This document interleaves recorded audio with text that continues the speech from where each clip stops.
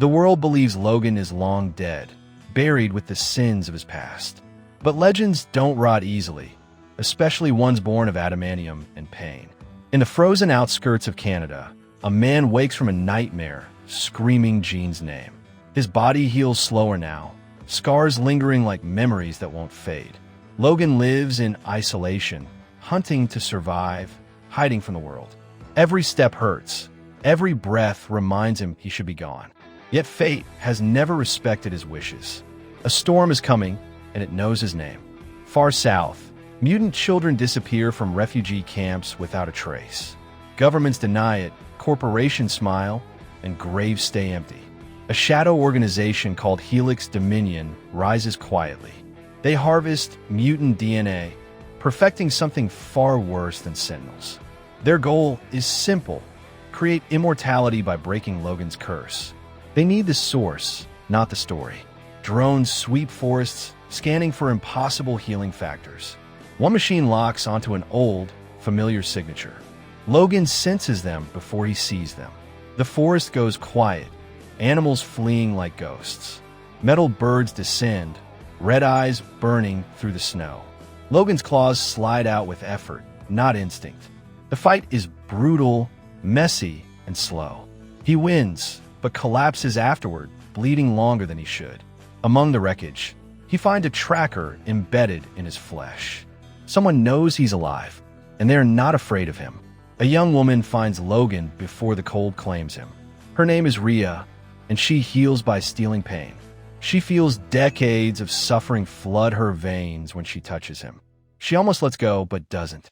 Rhea is running from Helix Dominion too. They want what she can do, just like they want Logan. She tells him mutants are being turned into experiments.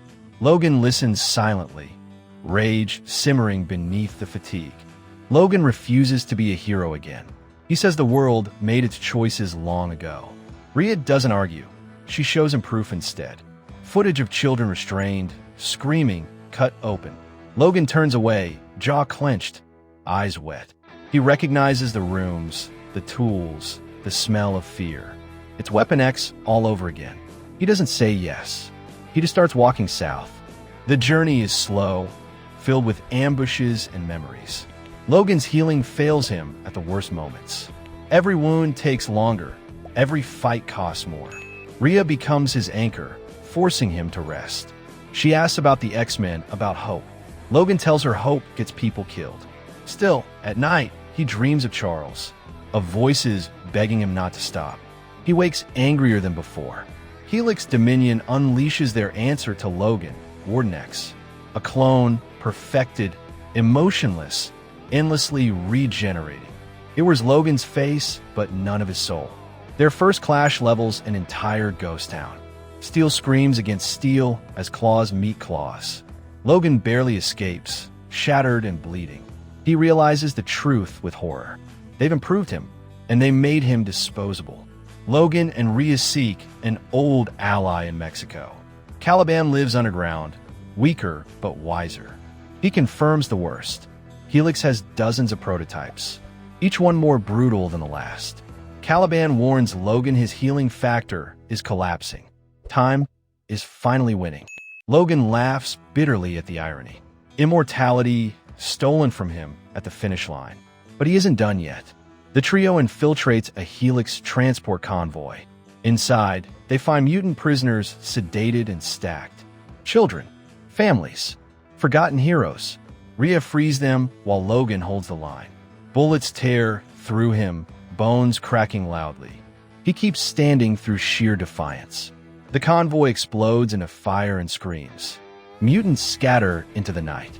Logan watches them run, something warm stirring inside. Helix responds with open warfare. Cities fall under martial law, disguised as protection.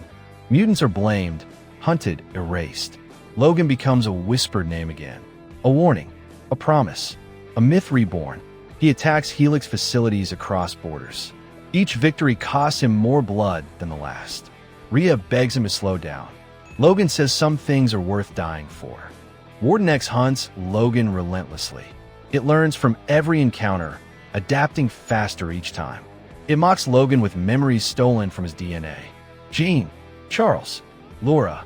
Logan nearly breaks under the weight, but Rhea's pain-sharing keeps him grounded.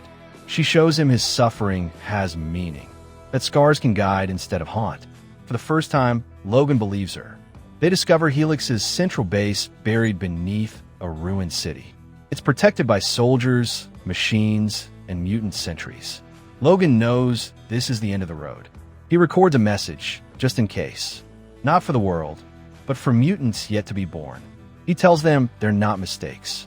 That survival itself is rebellion. Rhea watches silently, terrified. Logan walks into hell without looking back. The assault is chaos incarnate. Alarms scream as claws tear through steel doors. Rhea overloads guards with their own pain. Mutants rise against their captors. Logan pushes deeper, ignoring failing limbs. His body shakes, healing stuttering badly. He knows he won't leave this place, and he accepts it. Peace comes with clarity. At the core, Logan faces the Helix director, a man obsessed with conquering death. He claims Logan could save humanity by surrendering. Logan laughs through blood-filled teeth. He says humanity never needed saving this way. The director releases Warden X for the final time. No escape, no distractions. Just two Wolverines in a white room. One must end. The fight is savage and personal. Every blow echoes with stolen memories.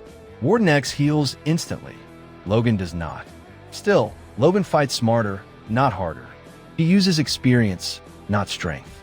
Pain, loss, and love guide his hands. Rhea watches, screaming through glass.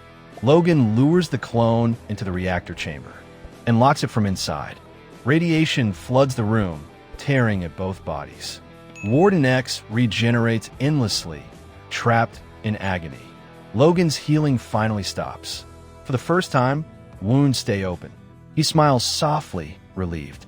The clone screams as systems overload. Logan whispers goodbye to his past.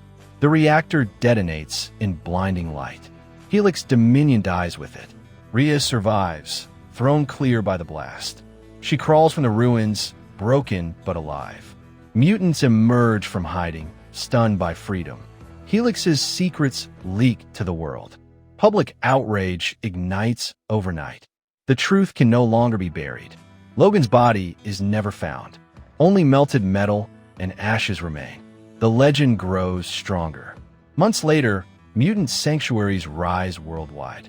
Rhea helps lead them, carrying Logan's lessons. She still feels his pain sometimes, but also his peace. Children ask about the man with claws. She tells them he was more than a weapon. He was a protector who hated labels, a monster who chose mercy, a survivor who finally rested. In quiet moments, Rhea visits a remote forest. A small marker rests beneath an old tree. No name, just an X carved deep. She leaves flowers and stands in silence. The wind sounds almost like breathing. For a moment, she swears she feels him near, watching, guarding. Logan never liked goodbyes, so she doesn't say one. The world changes slowly, painfully. Humans and mutants still clash. Fear doesn't vanish overnight, but hope finds cracks to grow through. Logan's story becomes a rallying cry, not for violence, but resistance. He is remembered not as immortal, but as human, flawed, angry, brave. Far away, deep beneath the rubble, something stirs. A hand twitches amid melted steel. Bones knit weakly, imperfectly. Healing tries and nearly fails. A heartbeat struggles back to life. Logan gasps, coughing ash and blood. Alive but barely. Immortality's cruel joke continues. The story isn't finished yet. Logan wanders again, scarred beyond recognition. His claws emerge crooked, painful. Each step feels earned now. He avoids people, avoids mirrors. The world thinks he's dead, and that's fine. Legends work better that way. He helps from shadows, stops violence before it starts. A ghost with purpose. One night, Logan watches children training safely. Mutant kids laughing instead of screaming. Something tight in his chest loosens. He doesn't approach. Heroes don't need to be seen. He turns away, satisfied. Pain still follows him, but so does meaning. And meaning is enough. For now, the camera lingers on Logan's face. Older, weaker, still unbroken. He walks into the sunrise without a word. No soundtrack, just wind and footsteps. The world spins on, unaware. Some legends fade into peace. Others keep walking. Logan is the latter. Always has been. A final title appears in silence. The end. For now. Because some stories refuse to die, and some men refuse to stop fighting. Logan's journey is not about immortality. It's about choice, and he will always choose to stand, no matter how much it hurts. Fade to black.